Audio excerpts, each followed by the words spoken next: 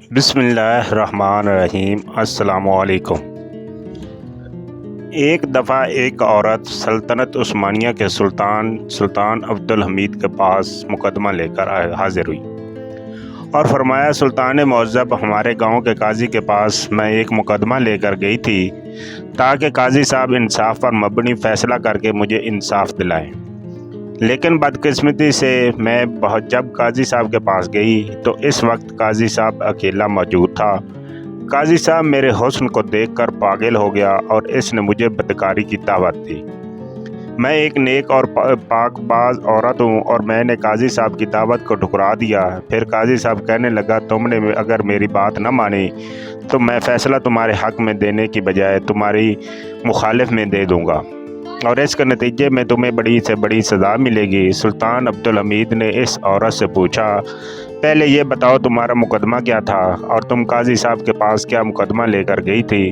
تو وہ حسین و جمیل عورت کہنے لگی، سلطان معظم، ایک دن میں خیمے میں دوپہر کے وقت بیٹھی ہوئی تھی اور مجھے باہر گھوڑی کی آواز سنائی دینے لگی۔ مجھے ایسا لگا میری پڑوسن کی گھوڑی جو ہمارے خیمہ سے کچھ فاصلے پر بندھی ہوئی تھی وہ کسی تکلیف میں ہے۔ جب میں اس کے قریب گئی تو مجھے پتہ چلا کہ گھوڑی پیاس کی شدت کی وجہ سے چلا رہی ہے۔ میں سیدھا اپنے خیمے کے اندر گئی اور پانی والا برتن اٹھایا اور جا کر گھوڑی کے سامنے رکھ دیا۔ گھوڑی پیاس کی شدت سے بہت کمزور ہو چکی تھی، اس نے وہ فوراً پانی پی لیا، لیکن بدقسمتی سے اس پانی میں کچھ ایسی زہریلی چیز تھی، اس پانی کو پیتے ہی فوراً گھوڑی کی موت واقع ہو گئی۔ جیسے یہ خبر میری پڑوسن کو ملی تو اس نے چیخنا چلانا شروع کر دیا اور اس نے کہا کہ تم نے میری گھوڑی کو زہر دے دی ہے۔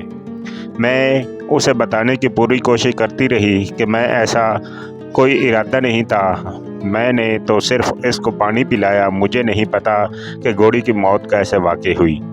یہ سن کر میری پڑوسن نے آ کر میرے خیمے کے پاس میری قیمتی اور میری سب سے زیادہ پیاری گھوڑی بندھی ہوئی تھی وہ کھول لی اور کہا، جب تک تم میری گھوڑی کی قیمت ادا نہیں کرو گی اس وقت تک تمہیں تمہاری گھوڑی نہیں ملے گی۔ اور یہی میں مقدمہ لے کر قاضی صاحب کے پاس گئی اور کہا کہ آپ انصاف پر مبنی فیصلہ کریں، کیونکہ میں نے جان بوجھ کر اس گھوڑی کو زہر نہیں دی، یہ غلطی تھی یا پھر ایک حادثہ تھا۔ جب میں قاضی صاحب کے پاس گئی تو قاضی صاحب عدالت میں نہیں تھا۔ مجھے محافظوں نے بتایا کہ قاضی صاحب قبیلے جا چکے ہیں۔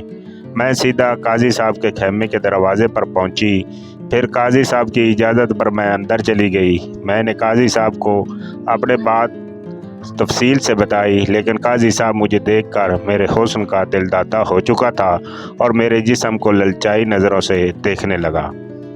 پھر قاضی صاحب نے کہا، اگر تم میرے ساتھ بستر پر کچھ وقت گزارو تو میں تیرے حق میں فیصلہ دے دوں گا۔